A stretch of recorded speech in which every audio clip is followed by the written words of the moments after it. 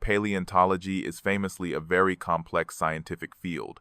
At its core, it is the study of what extinct animals were like, based only on their skeletons, which are sometimes nearly complete and other times have been buried underground for hundreds of millions of years. So saying this field is difficult is still an understatement. Therefore, it's not hard to understand why paleontologists have made a few mistakes over the years, which happen quite often. Those mistakes are usually minor and common, like when people slightly exaggerate the size of an animal, but sometimes a bigger mistake emerges, significant enough to completely change our understanding of a species and leave many people baffled, as shown by the 7 animals below. The first case is actually quite easy to grasp and almost unavoidable because it involves the first dinosaur, Megalosaurus. This Jurassic theropod dinosaur was first described by a paleontologist in 1824, when knowledge of dinosaurs was virtually non-existent. In fact, at that time, the term dinosaur didn't even exist, and so the early understanding of Megalosaurus can be considered extremely primitive. The original specimen consisted of a femur, a few vertebrae, along with a partial lower jaw, which were studied by English paleontologist William Buckland. He concluded that he had discovered a giant 4-legged carnivorous lizard. In his view, this was so obvious it was beyond debate all giant lizards moved on 4 legs. This seemed even more evident. He believed that strange creature belonged to the amphibian class and preferred living in water rather than on land, similar to crocodiles. He also estimated that with its flesh covering, its length would exceed 12.2 meters. Next, another paleontologist excavated an even larger bone fragment. That discovery seemed to make him a bit uneasy, because he particularly emphasized the giant aspect and immediately thought that 12 meters was still insufficient for his little lizard. So he raised the estimate to an unbelievable 21 meters. Even worse, the Megalosaurus was described during a time when most scientists had deep religious devotion and struggled to reconcile their findings with Christian doctrine. Buckland once feared that death and pain only began after the original sin of Adam and Eve, yet the skeletal remains showed that Megalosaurus was a predator and a killer that existed before that sin occurred. To resolve this apparent contradiction, he declared that this creature was created to end the lives of the elderly and the sick, thereby reducing overall suffering, while preserving the concept of original sin, and yes, this was entirely serious. Ultimately, this view, like most of his descriptions of Megalosaurus, turned out to be mistaken, and gradually, the truth about the true nature of this theropod dinosaur was revealed. Interestingly, those discoveries came largely thanks to the discovery of other species.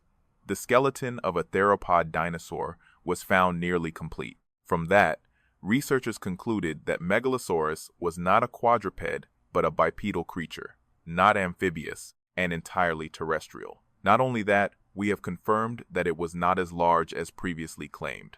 As for Buckland, the actual size was only half of his original estimate, and the weight just over a ton.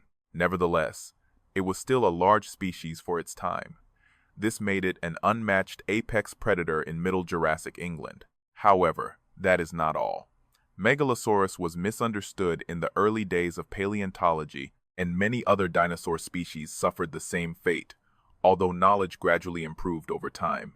However, that does not mean that errors have completely disappeared, because the same happened with non-dinosaur creatures, such as spiders that still exist today. In the 1980s, a researcher from Argentina found a very special fossil in the Bajo de Velis Formation in Argentina, dating from the Carboniferous period. It was a giant exoskeleton. 3 appendages, along with backplates, typical features of some animal groups, such as arthropods. And based on the overall morphology of the fossil, the paleontologist realized he had just discovered an ancient spider species. This discovery overturned all knowledge about spiders, a true monster, 34 centimeters long, exceeding the maximum recorded size of the tarantula species, Goliath, the species that until then held the record as the largest spider ever. The discovery of this new spider species is significant to the public because it lived during the Carboniferous period, known for many giant creatures. So when finding the largest spider ever, you would give it a fitting name, Megaarachne, meaning giant spider, and because Many of us feel fear towards these creatures.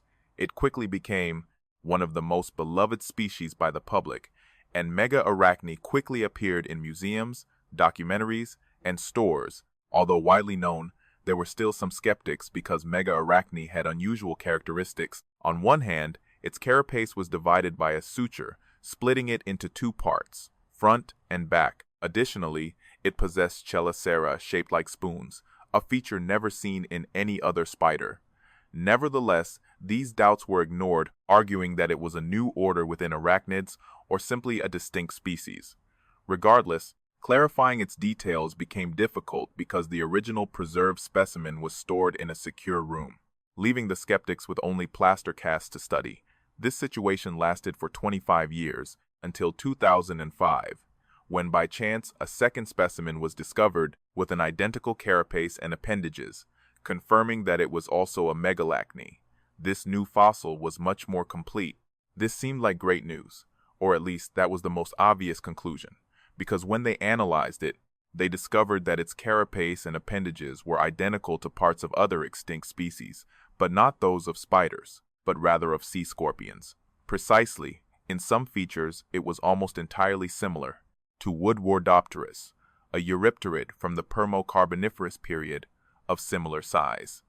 Then people realized that the beloved spider had never been a true spider. What a big mistake. But honestly, that wasn't the worst assumption, because although sea scorpions are not arachnids, they are still fairly closely related among extinct species, and the original specimen, to the naked eye, looked exactly like a spider. Generally, accepting the true identity of megalachne is not easy, especially for museums. Many museums have paid large sums for exhibitions of giant spiders, and to this day, this creature is still seen described as such in some museums because they bought it earlier. Currently, we imagine that megalachne belongs to a medium-sized eurypterid species that once lived in a vast area of freshwater alluvial plain, where it spent its days filtering the substrate with its rake-like arms and consumed small invertebrates instead of prowling through dense forests to hunt for its next prey. And we don't always come across a case, and it turns out that was incorrect. Not only the species identity, but also the ecosystem and every nook and cranny of its habitat. To be honest, I think the megalachne case is not the most serious, because there is another species that is much more iconic, a famous dinosaur far surpassing Megalosaurus. That is the species Therizinosaurus, thanks to Jurassic World. Many people immediately recognize the name of this dinosaur. Those giant claws are truly unforgettable. However, it hasn't always been seen as the Wolverine dinosaur, and initially, it wasn't identified as a dinosaur but was mistaken for a species of turtle, making us wonder how we got from point A to point B. And to clarify, let's go back to 1940, when knowledge about dinosaurs had advanced much more than in the 19th century. But there were still many limitations during that period. The Soviet government provided funding for numerous expeditions to enhance their scientific reputation, and the Gobi Desert was a treasure trove of fossils. The Nemegt Formation was most popular in the 1940s and 1981. Expeditions found something surprising among the collected dinosaur and turtle skeletons. They identified giant claw bone fragments, the largest ever recorded at that time, nearly 1 meter in length, along with the skeleton of a large theropod dinosaur and rib and vertebra fragments of unusually uncertain origin. Paleontologists speculated that the theropod skeleton was not related at all to those claws, and that the scattered rib fragments belonged to different species. Therefore, relying solely on those giant claws, scientists were quite puzzled. However, because the Nemegt Formation harbors countless species of turtles and possesses many river systems, a researcher, Malik, from Afghanistan, proposed a surprising hypothesis that those claws belonged to a giant aquatic turtle up to 4.5 meters long and weighing over a ton. What a magnificent sight! How fortunate indeed! According to him, it was not a ferocious predatory turtle, but rather a giant that fed on seaweed, using its massive claws to rake up a rich mass of vegetation, the underwater plant carpets. And even though this entire hypothesis seems strange to many, the past of the particularly bizarre Therizinosaurus was not entirely shrouded in obscurity. The scientific name of this species, Therizinosaurus cheloniformis, means sickle lizard shaped like a turtle. Today, we clearly understand that it was not a turtle, and fortunately, over time, another paleontologist re-examined the skeleton and discovered that there were extinct animals possessing identical claws, albeit significantly smaller in size. Notably, these claws were not related to turtles, but resembled those of large theropod dinosaurs. Specifically, he compared their morphology to the species Chelantesaurus, a potential neovenatourid in China, thus hypothesizing that these claws belonged to some dinosaur species. And that proved correct when eventually other giant claws were discovered, this time accompanied by many additional specimens, such as legs, arms, and ribs of that mysterious dinosaur. Thanks to that, we could identify it as a theropod dinosaur.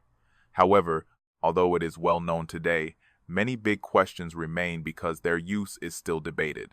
Its giant claws, with viewpoints ranging from defense, foraging by digging, to hooking prey, climbing, and even a hypothesis that they had no function at all, just for decoration. But at least we know it wasn't a turtle, and it's fascinating to imagine animals becoming iconic due to their bizarre appearances, and not only Therizinosaurus, but also a creature even more emblematic in some respects, pterodactyl. Although this animal is not widely known, they will surely guess that it belongs to the pterosaur family. Just by looking at its name, this flying reptile has become an icon of the dinosaur era to the extent that even those who are not particularly interested in paleontology have heard this name before. And if you didn't know, it was pterodactyl that laid the foundation for the name of this order. Remember that it was the first pterosaur to be excavated, with fossils dating back the farthest, discovered in the late 18th century, that is even earlier than the time of dinosaurs. More specifically, that specimen originated from the Solnhofen limestone, and surprising both the scientific community and the public, it was discovered almost completely intact. This was like a miracle, because the skeletons of these prehistoric creatures are very light and hollow. Complete fossils are very rare. However, the integrity of this discovery was very high. The first scientist to study it was Cosimo Collini, who made many mistakes in his reasoning, mainly because that bizarre creature led him to believe it was a marine species. Because deep waters are known to be home to truly strange creatures, that argument was not wrong. Starting from that initial assumption, he tried to explain how the features of this pterosaur were used for swimming. Although many believed it was not adapted to an aquatic environment, his main argument was that the wing-like parts were actually large, long fins that were flapped underwater to generate propulsion. He concluded that it lived entirely underwater. However, other opinions suggested it was an amphibian with a lifestyle similar to seals. Furthermore, he could not offer many more observations. He couldn't even determine whether it was a reptile, a mammal, or another form of life. Although quite ironically, any similarity to bats was particularly objected to and rejected. And as for birds, however, because the fossil specimens were relatively intact, doubts quickly arose regarding this aquatic hypothesis. In the early 1800s, a few researchers began to point out that this creature possessed an elongated skeleton that might have supported a wing membrane. Comparing it to bat bones marked the first time the scientific community suggested that theropod dinosaurs had the ability to fly. Although this reconstruction looks convincing, his vision was still incredibly far from reality. Yet, this illustration was actually extremely crude. When it was passed to another scientist, the legendary Georges Cuvier, he was so fascinated that he personally examined the fossil. And in 1809, he officially published a description of the species, giving it a name with a metaphorical meaning, finger beside a promising start. But the mistakes did not stop there, because no one could agree on its true nature. Some thought it was a bat, or a strange animal, hovering between mammals and birds. Meanwhile, other experts, like Cuvier, accidentally guessed correctly by considering it a reptile, though they didn't know it at the time. It was not until much later that this view was confirmed, when many more specimens of this species and other theropod dinosaurs were excavated. And although its ability to fly was soon resolved, its aquatic past remained a big question that puzzled scientists. Not until the 1830s did almost all paleontologists agree that pterodactyls, like other pterosaurs, were usually thought to be flying and not living in the sea. However, it seems that this group, or in some cases, could swim extremely well, surprising many. And now we know that pterodactyls were actually quite small theropod dinosaurs, living mainly in Europe during the Jurassic, where it hunted small animals, and although deep water was not its habitat, it actually was very fond of water, residing near high salinity lagoons, and the confusion of this species with another can be considered a serious mistake, but at least it was only confused with one animal species rather than many different ones, which sometimes still happens. A classic case is the strange species Cares. Even now, with all our knowledge about it, it still looks bizarre. I'm completely serious. Just glance at its shape. You won't be surprised to learn that it belongs to the Cambrian period. There, it was a key animal, one of the largest creatures of its time, and very likely, one of the earliest apex predators on Earth. Thanks to its considerable size, unusual, along with features indicating a carnivorous diet. However, when the first fossil specimen was unearthed in 1892, it was not considered a top predator, and was not even a single organism. It was actually three, similar to the situation with other bizarre creatures. Its fossil specimen came from the Burgess Shale, in Canada, where scientists initially obtained a fragment from the mouth region. A body, with countless limbs in front, actually belonged to only one animal species. They were found lying next to each other. But because this specimen was so bizarre, even though it had all the parts, it's easy to understand why. Researchers did not realize from the very beginning that all those fossils belonged to just one creature. So they thought the body belonged to an unseen species of sea cucumber, the limbs to a shrimp, and the mouth to a strange jellyfish. They fully believed in that classification because it seemed the only reasonable explanation. Imagine their shock when they excavated more fossils in the same area. What puzzled them most was why jellyfish carcasses died together with shrimp and sea cucumbers in the same place. The answer was that they all belonged to just one animal species. But even so, believing there were three different creatures was far less surprising than the discovery of what Anomalocaris really was. One of the most bizarre creatures ever known, it is a member of the order Radiodonta, an extinct order of ancient arthropods. Therefore, Anomalocaris was neither shrimp, nor jellyfish, nor sea cucumber, although its appearance still reminds us of the aforementioned animals because it is often described as a strange creature. Shrimp, and in fact it was given a name meaning odd shrimp, and honestly, that's not a bad name. After all, this radiodont at least resembles a distant relative, and moreover, it fully deserves the odd part of its name. Indeed, Anomalocaris is not the only creature ever mistaken for many other species, because for a long time, it was considered a completely different dinosaur, once regarded as the weirdest creature to ever exist.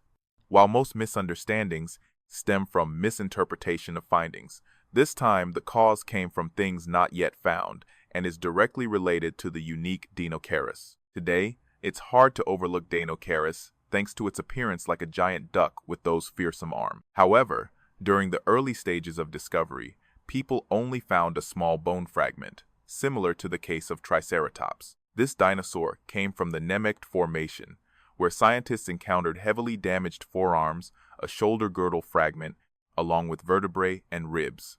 All these fragments were of gigantic proportions, so large that at that time, a typical representative of arms of a size far surpassing any other animal bipedal dinosaurs found in that period, and they possessed extremely impressive claws. However, beyond those features, no further information was found, leaving paleontologists extremely perplexed, frankly speaking, who wouldn't be astonished to discover giant arms and claws in the middle of the desert with very little data. They had to announce to the world that during the Cretaceous period there lived a large dinosaur, possibly belonging to the theropod group, using claws to fight. Bizarre. Along with forelimbs and hands of extremely huge size, this led to the name Deinocheirus, meaning terrible hand. The discovery of fossils was not the first time it happened, with many parts missing. However, rarely has any relic found become both so captivating and astonishing that it remained incomplete for a long time since discovery, and subsequent excavations found no additional remains, and that name became legendary in scientific texts as one of the most mysterious, bizarre, and enigmatic dinosaurs. It even became the star of traveling shows exhibited everywhere for decades. Countless theories about its appearance were speculated. One of the most fascinating and gruesome theories suggested it was a giant theropod dinosaur, comparable in size to a T-Rex, a tyrant that once spread terror across the land. Another theory speculated it was a dinosaur exactly like a giant sloth, that specialized in eating plants, along with animals living in the canopy. One of three theories proposed it was an animal with a slender body like Slender Man, possessing extremely powerful forelimbs functioning as weapons, deadly, used to hunt and crush prey. But the truth was that no one dared to assert its true form and made many mistakes. Finally, after nearly half a century since the first discovery, in 2013, scientists got lucky when they unearthed a much more complete specimen, finally shedding light on the mystery of this creature. However, as you may notice, the truth turned out to be just as bizarre. It was a large bird-like dinosaur, with a face identical to a duck, terrifying limbs, and a giant hump that gave it an impressive appearance. And although there are still many mysteries, scientists have discovered a surprising thing. Despite possessing the giant claws of Inoquirus, it is actually a gentle giant, its claws, when blunt, only for digging and gathering plants, not for tearing apart prey. Moreover, its skull was specially designed for a herbivorous diet, but a specimen later found contained fish scales in its stomach. This proves that this dinosaur was omnivorous and of enormous size. Today, it is considered the largest ornithomimosaur ever known, and is one of the greatest theropod dinosaurs, with a body length of up to 11 meters and a weight of 6.5 tons. Even some researchers estimate it could exceed 10 tons. As you've seen, paleontology is inherently imperfect, and fossil discoveries sometimes lead us astray, especially when they are too rare or prone to misinterpretation by the scientific community. But mistakes also occur when we find no fossils at all. There is a concept for this phenomenon. Lazarus taxon appears when a species suddenly disappears and then reappears in fossil layers. This causes no little confusion. The most typical example involves a fish species that actually still exists. That specimen had strayed from the story of extinct creatures. But this story is quite fascinating because the issue stems from the belief that this fish had gone extinct for 66 million years. In the 18th century, scientists began excavating a fish species thought to be completely new from various geological layers. The initial fossil specimen existed in Europe and was dated to the late Permian period with an age of over 250 million years ago. It was a medium-sized fish that scientists considered typical, belonging to an ancient lineage they called coelacanth. This first fossil specimen was unremarkable in appearance, but drew attention due to its extremely ancient age, and because it was seen as an intermediate link between fish and tetrapods. Additionally, researchers found that this fish lineage had existed for a very long time, as traces of coelacanths appear in Devonian rock layers, as well as the Jurassic and many other geological eras. Although the general public was rather indifferent, some discoveries still sparked curiosity, such as the genus Mausonia, a giant fish from the Jurassic with a length of up to 5.3 meters, and it swallows prey with hard shells, or in fact anything it can suck in.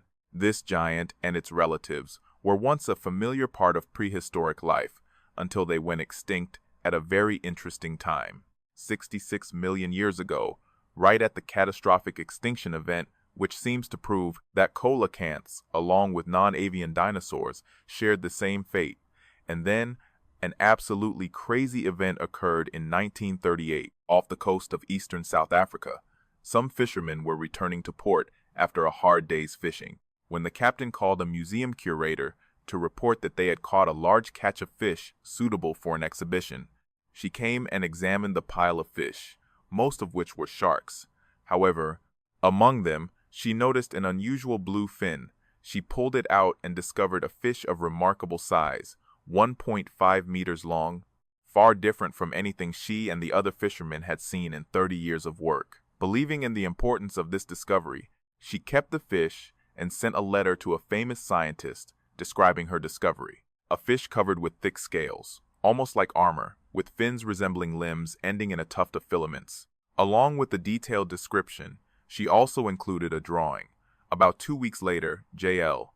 B. Smith received the sketch, and upon seeing it, his eyes almost bulged in astonishment because to him it didn't resemble any living fish, but rather a prehistoric fish.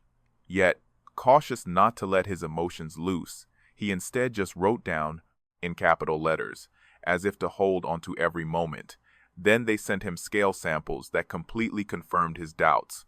It was indeed a legendary coelacanth, a genus thought to have vanished from Earth for 66 million years, suddenly reappeared like a resurrected creature.